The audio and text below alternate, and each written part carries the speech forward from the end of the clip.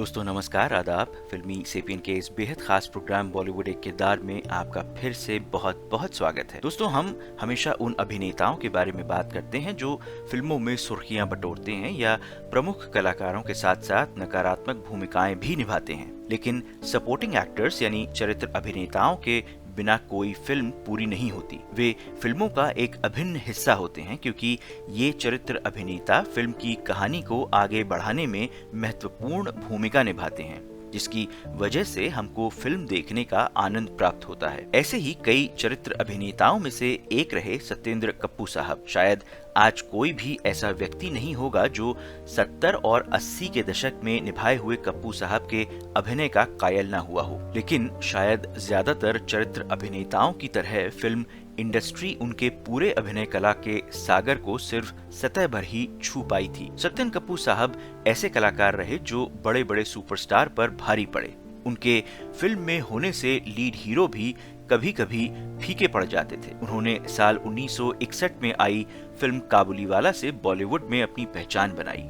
उनका फिल्मी करियर लगभग 5 दशक का रहा।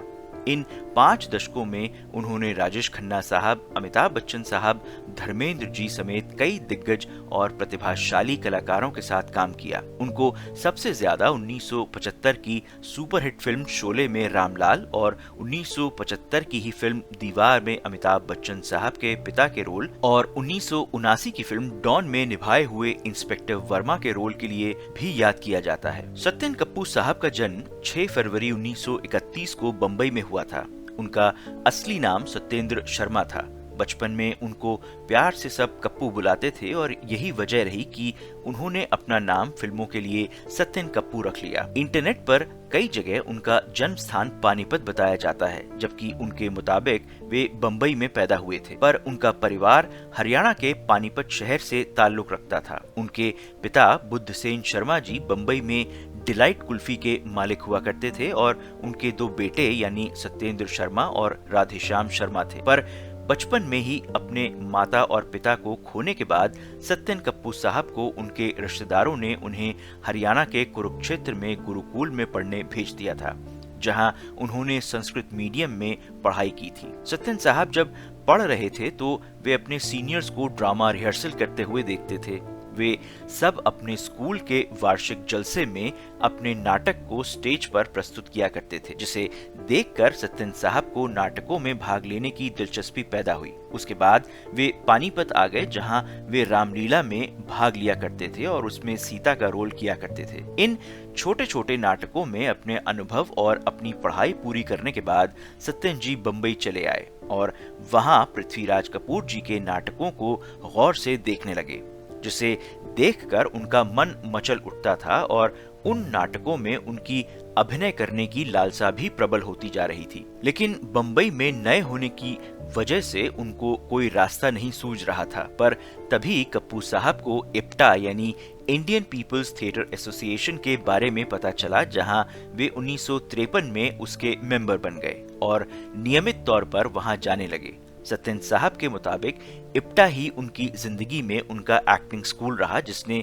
उनके व्यक्तित्व पर गहरी छाप छोड़ी और उन्हें चलना, बात करना और अभिनय के गुर सीखने में मदद की, और वे अपनी कामयाबी का पूरा श्रेय इप्टा को देते हैं। कप्पू साहब के अनुसार हर इंसान को एक न एक बार अपने जीवन में नाटकों में भाग लेना चाहिए। उनके अनुसार असली और सही एक्टिंग सिर्फ स्टेज के माध्यम से ही सीखी जा सकती है, न कि एक्टिंग स्कूल्स में जाने से। इप्टा में उनका परिचय थिएटर की कई दिग्गज हस्तियों से हुआ, जैसे बलराज साहनी साहब, ख्वाजा अहमद अब्बास साहब, MS सत्यू जी, AK हंगल साहब, गिरीश कर्नाड साहब और उत्पल दत्त साहब, जिन्होंने बाद में हिंदी सिनेमा को एक नई ऊंचाई पर पहुंचाया।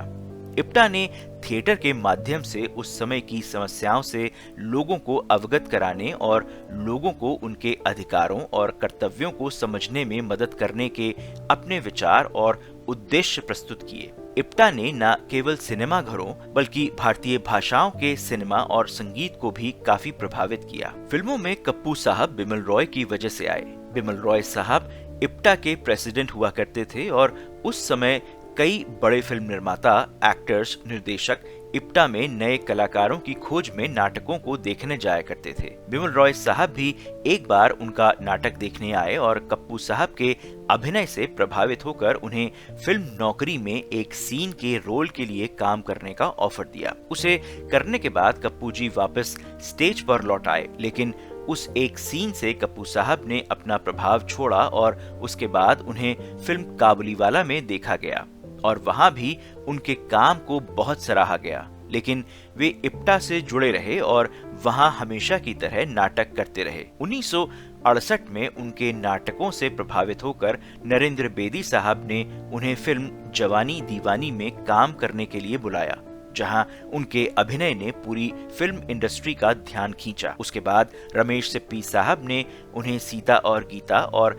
शक्ति सामंता साहब ने उन्हें कटी पतंग जैसी कामयाब फिल्मों में अभिनय का मौका दिया। ये 3 फिल्में 1970 के शुरुआती दौर की सबसे कामयाब फिल्मों में से रही। इन सभी फिल्मों के हिट होने के बाद कप्पू साहब उस समय हिंदी फिल्म इंडस्ट्री के सबसे व्यस्ततम चरित्र अभिनेताओं में गिने जाने लगे।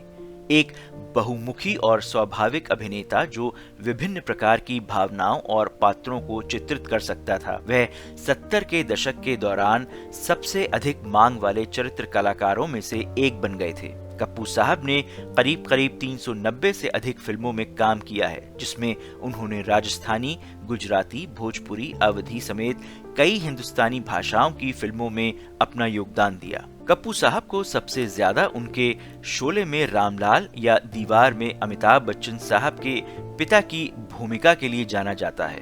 कप्पू साहब ने अपने करियर में आमतौर पर पिता, रिश्तेदार, चाचा, पुलिस अधिकारी, डॉक्टर और खलनायक की भूमिकाएं निभाई। फिल्म में उनकी कुछ बेहतरीन भूमिकाओं में कटी पतंग, यादों की बारात, खोटे सिक्के, डॉन, रास्ते का पत्थर, बेनाम, जंजीर, मजबूर, नमक हलाल, काला पत्थर और मिस्टर नटवरलाल शामिल हैं। कप्पू साहब ने 2 हिंदी फिल्मों में डबिंग भी की। 1973 में गहरी चाल में मुख्य खलनायक की आवाज और 1972 की फिल्म सुबह और शाम में मोहम्मद अल फरदीन के डायलॉग। उनके परिवार ने 1994 में अपनी फिल्म निर्माण कंपनी शुरू की और अपने बैनर का नाम सत्यन कप्पू फिल्म प्रोडक्शन रखा। सत्यन कप्पू साहब ने 4 फिल्मों पर काम भी किया, जो शूटिंग पूरी होने के बाद रिलीज होने से पहले ही बंद हो गईं। साल 1988 में उन्होंने प्रेम चुनरिया और बरसों की प्यास में काम किया और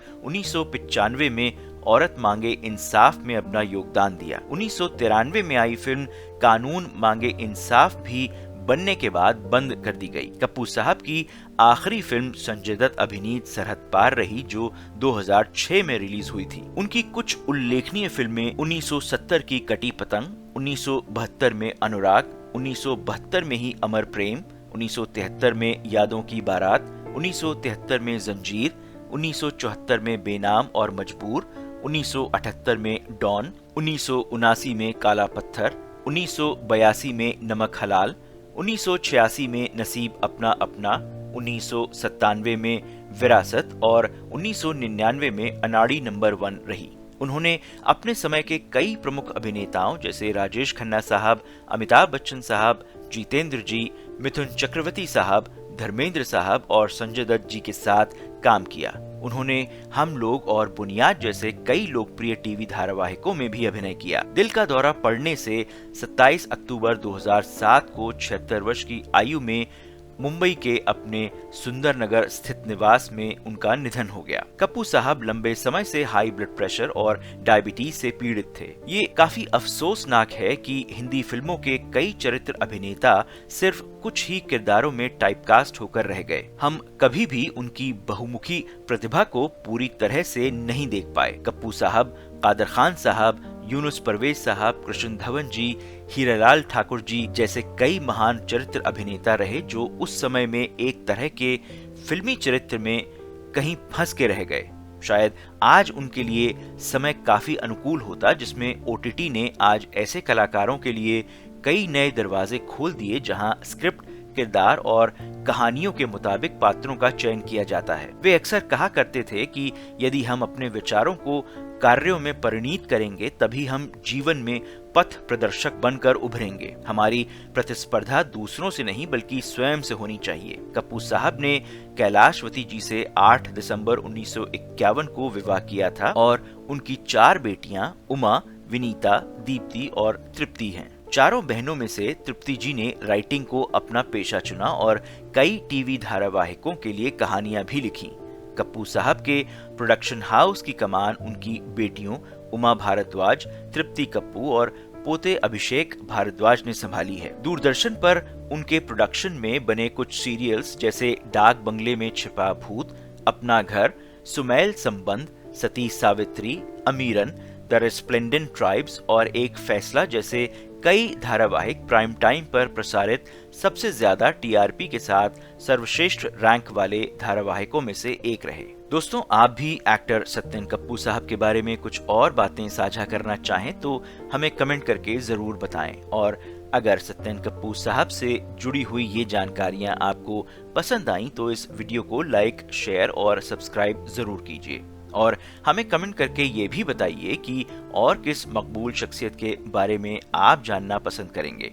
दोस्तों, अब आप हमसे YouTube के अलावा Instagram के जरिए भी जुड़ सकते हैं। इंस्टा हैंडल आप स्क्रीन पर देख सकते हैं। इसके अलावा अब फिल्मी सेपियन WhatsApp कम्युनिटी पर भी सक्रिय है। WhatsApp हैंडल भी आप स्क्रीन पर देख सकते हैं। और हमें ये भी बताइए कि आपको सत्यन कप्पू जी का कौन सा ऐसा किरदार है जो बेहद पसंद आया। एक बार फिर से आप सबको फिल्मी सेपियन के इस खास प्रोग्राम एक किरदार वीडियो देखने का बहुत बहुत शुक्रिया। धन्यवाद।